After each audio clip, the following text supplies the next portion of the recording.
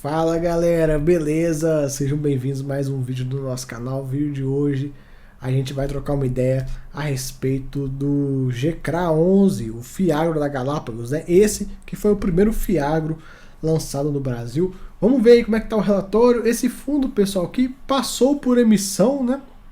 E ganhou uma musculatura muito boa, né? Tomou aí um whey protein, ficou com um PL já um pouco mais atrativo, e com isso ele vai resolvendo, né? Dadas as devidas proporções, mesmo assim, o fundo, mais que ele cresceu, ele ainda é um fundo pequeno, mas ele já consegue melhorar bem no que tange a diversificação dos ativos, né? Vamos conversar um pouco sobre ele. Esse fundo pagou 1,20, que dá um yield de 14,4%, bem interessante em relação a essa cota de 102. O patrimonial dele é 99. Tô gravando ele hoje, dia 29, você deve estar assistindo o vídeo dia 30 ou mais pra frente, enfim. Ele deu uma beliscada no patrimonial, teve um player grande que vendeu, ele beliscou o patrimonial e voltou, enfim, tá bem próximo, né? Tá num valor aí, vou me limitar a falar que tá próximo do patrimonial, porque, né? Enfim, o fundo foi o primeiro Fiagro aí do Brasil. Ele pagou 1,20, um yield de 14,4. Ele coloca um ponto. Os rendimentos foram impactados pelo IPCA, índice de correção de parte dos CRAs do fundo, que apresentou patamares negativos no mês de julho e agosto, e vai ter agora em setembro, inclusive. Esses impactos são pontuais e a expectativa da gestora é que no último trimestre do ano o índice volte a apresentar patamares positivos, contribuindo para o resultado do fundo. No mês de agosto, tivemos uma nova aquisição para a carteira com recursos capitais da terceira emissão.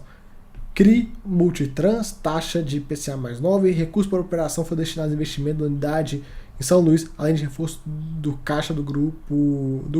Multitrans é uma empresa de logística que atua desde 96, 5 unidades de armazéns, papapá. Ponto que eu foco principal em Fiagro: garantias. Cara, garantias. Foquem nas garantias. Olhem bem. Não entrem em fundo que as garantias são, né, inexistentes. Não que inexistentes, que tem lá, mas pra mim é aquela coisa, né? La garantia sou eu. Tem uns fundos que são assim. Então os craques, você olha e você fala: meu irmão, vocês têm dar problema, não sei de onde eles vão tirar dinheiro pra me pagar. E qual que é o ponto do GCRA? Ele tem muito CRI, a gente vai ver isso no final do relatório, onde a garantia são imóveis, são terrenos, enfim. E a gente vê, ó, a estrutura de garantias é composta por alienação fiduciária de imóveis, LTV de 63%. Resumindo, se der merda nesse CRA, só a alienação, só os imóveis já conseguem aí segurar o rojão, né? 2. Ação fiduciária de recebíveis dos contratos de armazém, com contrapartes sólidas, aval dos acionistas e fundo de reserva. Adicionalmente, fizeram a aquisição de 10 milhões no CRA Solúbio, que possui remuneração de CDI mais 5,4. No encerramento do mês, a carteira do fundo estava alocada em 18 operações, taxa de média ponderada CDI mais 5,79, 54% da carteira, e IPCA mais 9,41, 45,8% da carteira. Porém, em setembro fizeram novas aquisições e fez com que essa taxa, essa exposição em indexadores fosse para 60% em CDI, com spread médio de CDI mais 5,74, né? Melhor do que a gente já vê nessa própria aquisição, né, que ele fez, e IPCA mais 9,41, 40% da carteira. Cara, bem interessante como o fundo se posicionou de forma defensiva em relação à deflação. Falando em deflação, vocês estão vendo aqui nesse relatório, em alguma parte dessa primeira página, mimimi do gestor contra a deflação, igual a gente já viu no relatório de uma outra gestora? Não tem. Gestor sério que faz um bom trabalho, ele vai, comenta e passa a régua. Ele não fica de deflação artificial, blá blá blá blá blá blá blá blá, para justificar os resultados ruins que o fundo possa vir a ter. Esse fundo não. Esse fundo, a estratégia está tão clara aqui que o gestor não precisa ficar falando, ó, cantando na sua cabeça. Tá aqui, 60% de CDI, 40% de IPCA, o fundo tá mais que preparado para passar pela deflação. Então, cara, é outra pegada, é o que eu falo. Como é que você vê quem tá nadando pelado, quem tá nadando vestido? Em momentos como esse, né? Aqui um pouco das aquisições que ele fez, alocação versus o spread médio, aqui como a parcela CDI, que é essa cinza, né? Ela cresceu nos últimos 2 meses, a IPCA tá aí, 46, 46. Lembrando que essa parcela já é 60 e 40, viu, pessoal? Aqui está desatualizado por conta que é agosto. Quando vier setembro, bem provável que fique aí próximo de 60 e 40.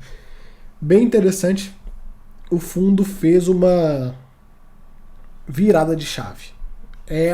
Tá aqui de forma extremamente clara qual foi a estratégia do gestor para lidar com a deflação.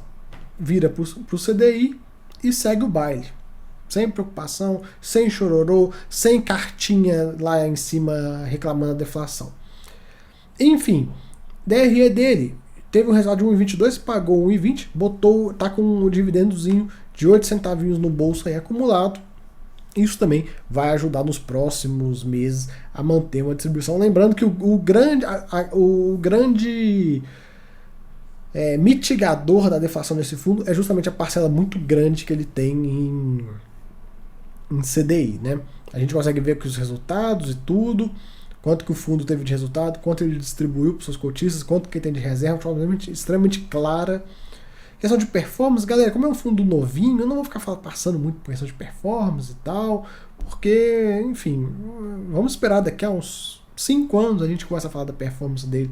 Mas de toda forma, tem uma performance aí nesse praticamente primeiro ano, interessante, né?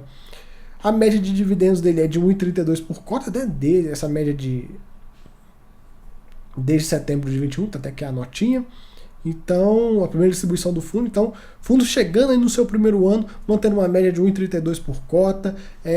A distribuição dele, né? Só falar um pouco de performance. Chegando no mês que vem eu vou falar mais, mas até então vai dar aí uns 20% de rentabilidade em um ano. Aqui é a carteira dele. Pessoal, ainda assim existem concentrações, né? A gente vê aqui.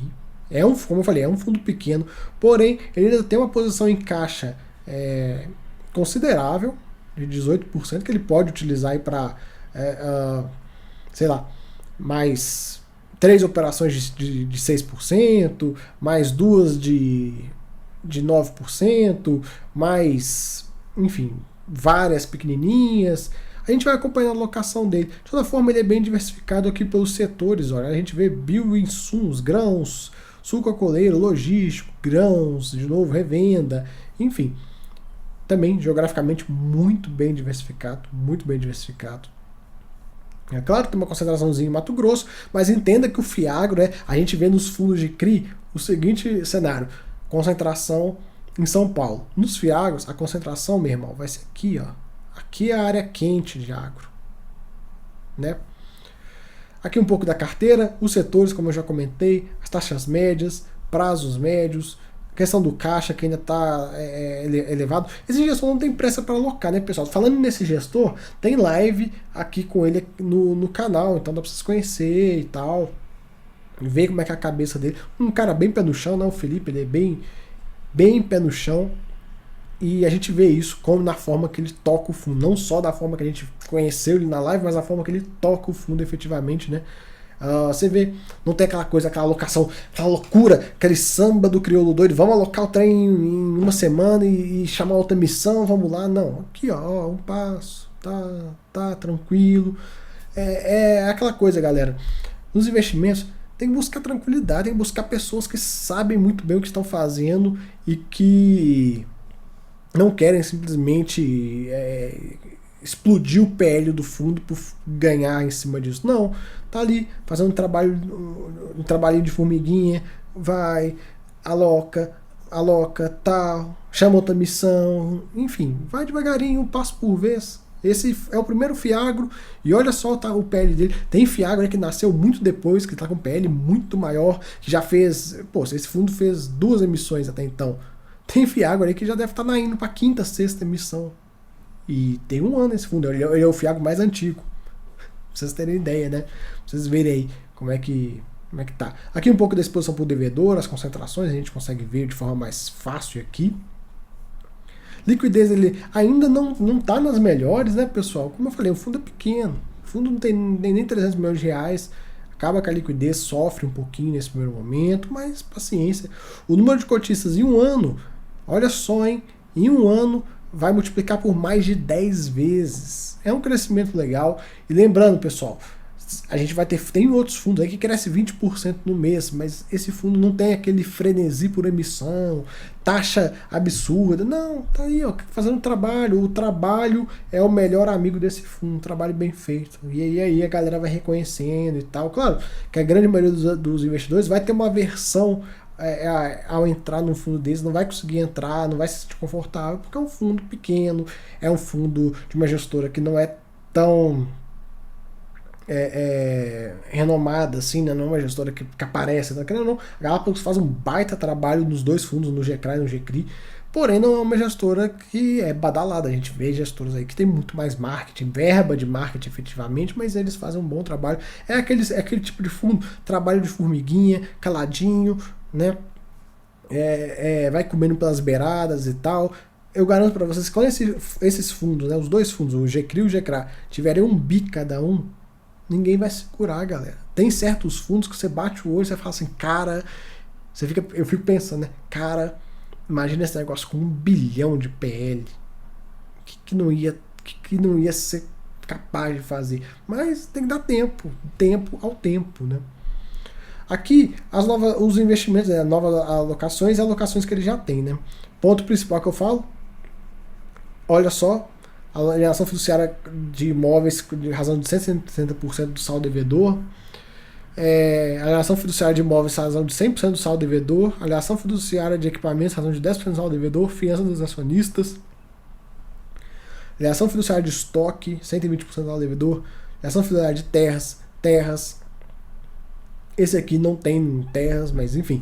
Lembrando, galera, até um ponto legal de a gente comentar, Fiagro, a gente vê umas garantias meio esquisitas, né? Tipo, quando eu falo esquisitas, assim, não convencionais, igual a gente vê, por exemplo, nos CRIs. No CRI sempre vai ter sempre vai ter alguma garantia, algum imóvel, alguma coisa. Em Fiagro às vezes não tem, mas pelo menos, eu prezo, né, quando eu olho dos Fiagros que tem isso aqui, ó, alienação fiduciária de terras, terrenos, imóveis, enfim.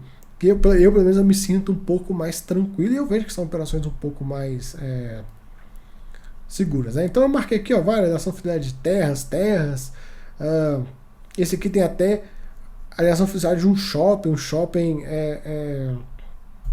enfim, várias operações aí. No mais, galera, é isso. Pra gente finalizar aqui, ó, um pouco da metodologia de investimento desse fundo, ele explica um pouco, né, todos os pontos, garantias e tal. Foco de atuação do fundo, a gente vê, de fato é um middle risk, né, a gente vê aqui. E é isso, fica aí esse vídeo. Eu espero que vocês tenham gostado do vídeo. Trocamos uma ideia bastante aí legal sobre toda essa estrutura do GCRA. Esse é um fundo, como eu falei, né, que pelo menos na minha visão tem um potencial muito grande, uma gestão muito pé no chão, e vamos acompanhando.